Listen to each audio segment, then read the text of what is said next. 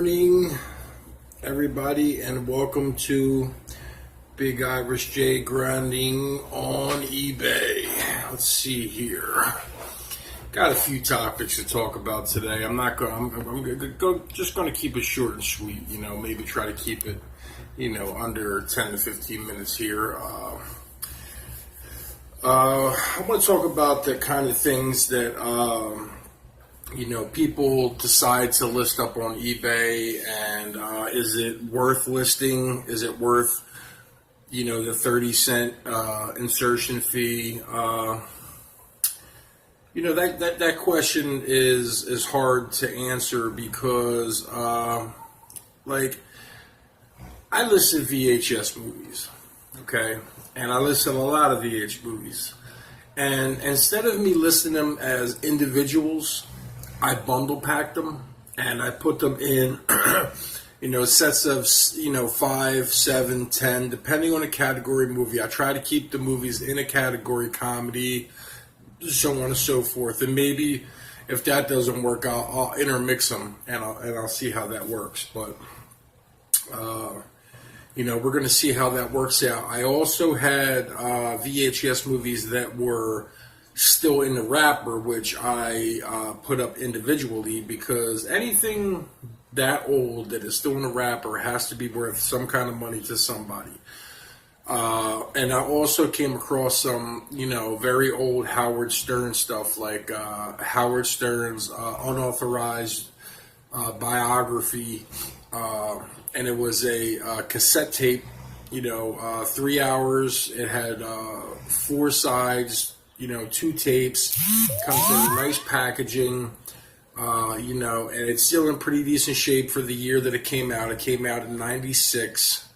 The tapes are in immaculate condition. The cases that the tapes are in immaculate condition, but the box itself has, some, typical distress from, the year it came from. But still altogether in good condition. So I checked it out. I didn't see anybody else who had a listing up for it.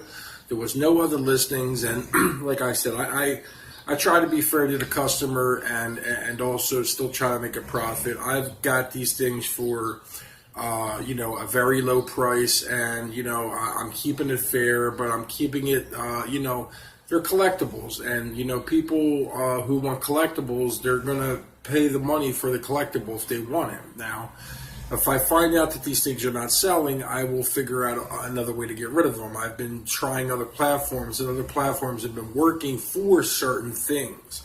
I try to stick to eBay for the most part because I do like the eBay structure, and I do like the fact that I am protected under eBay. A lot of these other sites like OfferUp, Let Go, I don't feel as protected, especially when I have to meet somebody and, you're supposed to bring an expensive item, or, you want to buy something, you're supposed to bring, $100, $200 cash on you. Like that to me is sketchy, so, even if you're meeting at a public place, that doesn't matter. That doesn't stop people from trying to rob you. So, I like to feel protected. So, eBay is my go-to, and that's just the way it's going to be. Now, I am finding that I'm starting to go on kind of like a downslope on my selling, and I know it's because of my inventory, and I haven't had the money or the opportunity to get some decent inventory up. I am going in the direction to make a mass change in my inventory to what I sell. I'll bring that up in the next couple episodes. But for the new resellers out there who are trying to make money, dibble and dabble a little bit. You never know what's going to be your niche. Some things you know more about, others don't. And I don't always take the suggested, eBay prices that they suggest you to put them up there for, because in all reality, if eBay suggests me to put a movie up for $1.14, that's not on that. That's fixed price. there's no room for profit. They're taking 10%, so that's more than 10. That's like 14 cents or something off of it, and then PayPal takes their fee. I'm not really in the game to make 70, 80 cents on a product. I just think that's ridiculous, and then you got to ship it out. And I'm trying to offer free shipping to 95% of my customers because free shipping has been working for me. So if there is an item that I'm not really sure about pricing, I will price it and then, still keep the buyer to take care of the shipping because I don't want to lose out on the cost of something.